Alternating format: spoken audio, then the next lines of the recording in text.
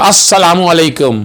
Mohammad Azhar Siddique political diaries में हाजिर खिदमत है।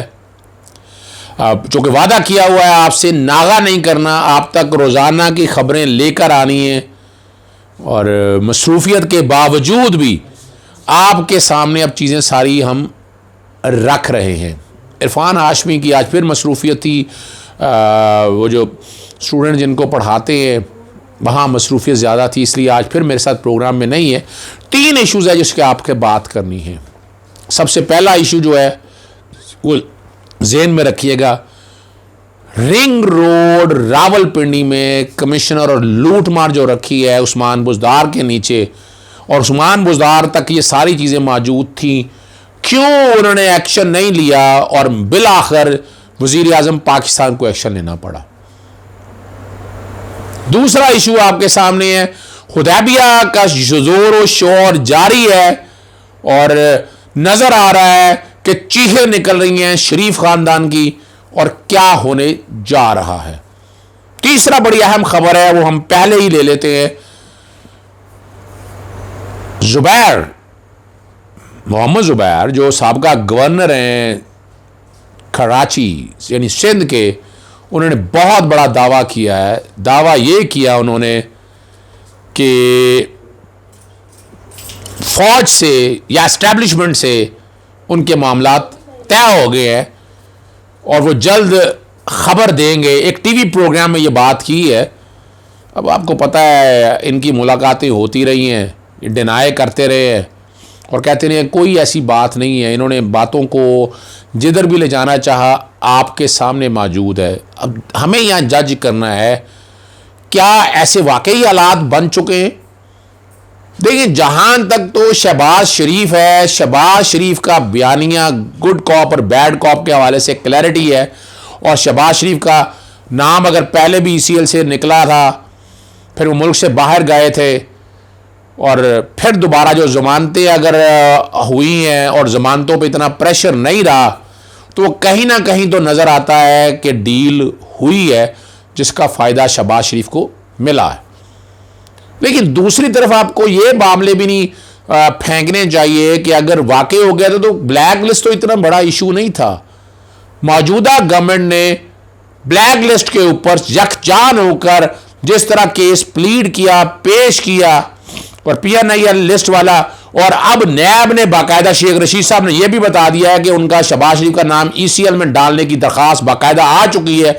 लग ये रहा है कि शहबाज शरीफ फौरी तौर पर नहीं निकल सकेंगे अब। और दूसरी तरफ जो खबर ये आई है कि कंटेम्प्ट ऑफ कोर्ट की एप्लीकेशन बना ली है और ईद की छुट्टियों के फौरन बाद वो दाखिल की जाएगी अगले पीर को, जो 17 मई डेट कहलाएगी। और उसमें जिन जिन वज़ीर हैं सबको उन्होंने फरीक बनाया हुआ है। मिसाल के तौर पर शहजाद अकबर को, फवाद चौधरी को, शहजाद अकबर को और सेक्रेटरी दाखिला को, और इन सब को तौहीन अदालत में कि लाहौर हाई कोर्ट का फ़ैसला नहीं माना। और मैंने आपके सामने बता दिया था कि लाहौर हाई कोर्ट का फ़ैसला ब्लैक लिस्ट के कॉन्टेक्स्ट में था, डिपार्टमेंट का कोई जवाब नहीं आया था। PNIL लिस्ट का ब्लैक लिस्ट से कोई ताल्लुक़ नहीं है। Black list immigrant of passport यानी पासपोर्ट एक्ट के तहत आती है।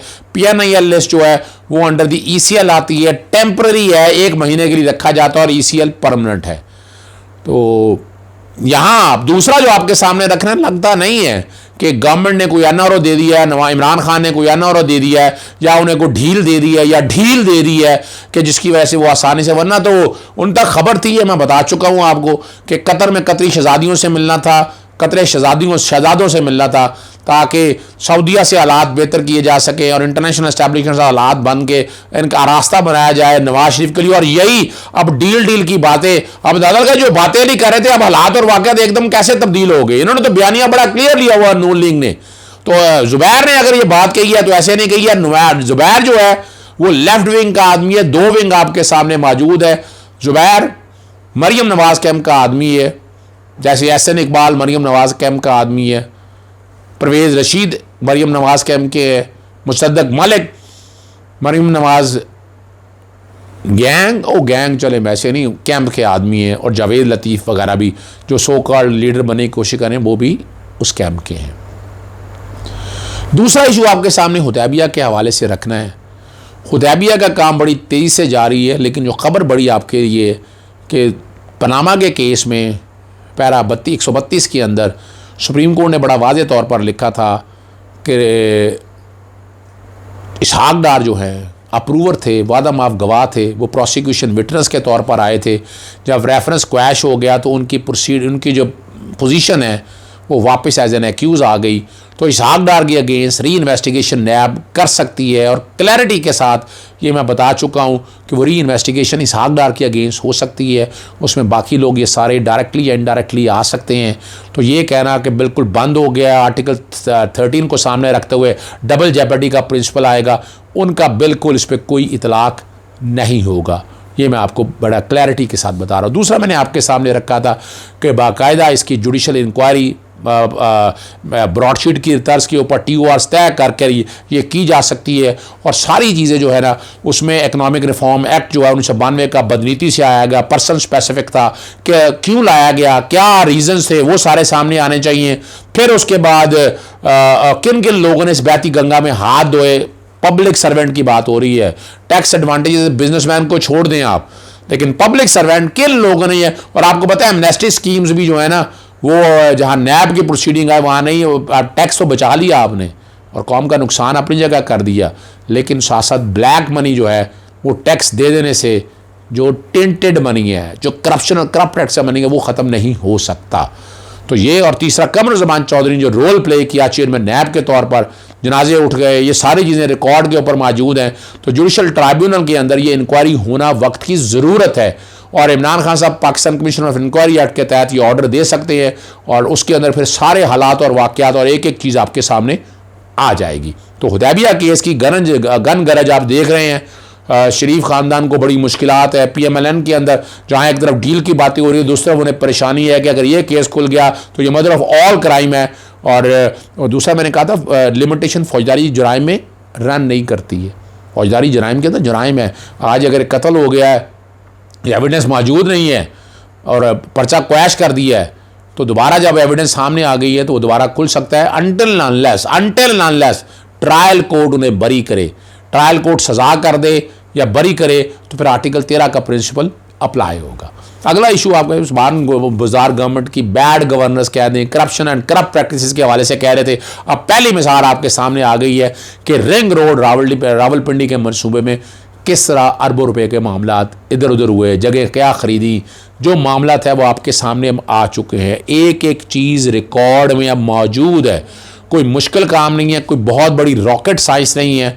अब डिपेंड ये करता है कि इमरान खान साहब ने जहाँ अब साबका कमिश्नर के अगेंस्ट ये सारी इंक्वायरी को मंतकी अंजाम तक पहुँचाना है, इसके लिए मामला नैब के पास फिरदौस आशिया गवान ने कहा कि नैब के पास भिजवा दिया गया है। सवाल ये है कि इनको कितना वक्त दिया जाएगा, और चेहरे जो सारे सियासी तौर पर जो लोग मौजूद हैं, उस्मान बुज़दार के दफ्तर में जो लोग मौजूद हैं जो प्रोटेक्ट करते रहे हैं, उनको बेनकाब करने के लिए मामला तो उस तरफ जाते हैं या नहीं जाते, ये डिपेंड करता है कि क्या करते हैं। उस्मान बुज़दार की गवर्नमेंट बिल्कुल कोई एक्शन नहीं लेगी, ये वज़ीर आज़म की टीम और उन सब लोगों को एक्शन लेना है, ताकि ऐसे लोगों को जिन्होंने इमरान खान की गवर्नमेंट और मौजूदा गवर्नमेंट के ऊपर सवालिया निशान, करप्शन की बातें मैं बार बार कहता आया हूँ कि पंजाब गवर्नमेंट के अंदर नालायकी की हद है, बैड गवर्नेंस की हद है, ड्रामा करके गरीब आदमी, एक छोटे घर का आदमी, लेकिन उसने अगर सत्यानाश कर दिया इस निज़ाम का। मैं शुरू में फेवर करता था इस बात की कि उस्मान बुज़दार का मुकाबला होगा शहबाज शरीफ के साथ, आज भी बात है मुकाबला नहीं हो सकता, लेकिन आप एक खड़े तो हों, ब्यूरोक्रेसी आपके कंट्रोल में नहीं है, करप्शन करप्ट प्रैक्टिसेस जारी हैं, ट्रांसफ़र पोस्टिंग में पैसा बनाया जा रहा है, तो ये सारी वो चीज़ें हैं रिकॉर्ड के ऊपर, और हम इस चीज़ों को कंट्रोल नहीं कर पा रहे। इमरान खान साहब इन एक्शन आ गए हैं, उम्मीद रखते हैं कि वो इन सब चीज़ों को मंतकी अंजामता लेकर इन सारे चेहरों को बेनकाब करेंगे, और जिन जिन लोगों ने यह लूट मार की है, ना सिर्फ उनके मंतकी अंजाम तक, उनके एडर बेटर जो मुआवन करने वाले हैं उनको भी उनके मंतकी अंजाम तक पहुंचाएंगे। तब पता चल सकेगा कि वाकई जो एहतसाब का नारा है वो लगा ठीक है, ना सिर्फ उस पर अमल दरामद हो रहा है बल्कि अपनों के अगेंस्ट भी तलवार चल रही है, और ये नहीं देखा जा रहा कि कौन करीबी। अभी तक तो इमरान खान ने, गवर्नमेंट ने ये साबित किया, अपने करीब तरीन जितने लोग थे, नैब की इंक्वायरियाँ या इन्वेस्टिगेशन चल रही थी, वो सारी मंतकी अंजाम की तरफ जा रही हैं, उनकी जमानतों में कोई इंटरफेरेंस नहीं की, गिरफ्तार हुए, फिर जमानतें उन्होंने कराई। ये रिकॉर्ड के ऊपर चीज़ें मौजूद हैं। आज के लिए इतना ही, इजाज़त दीजिएगा। अस्सलाम वालेकुम।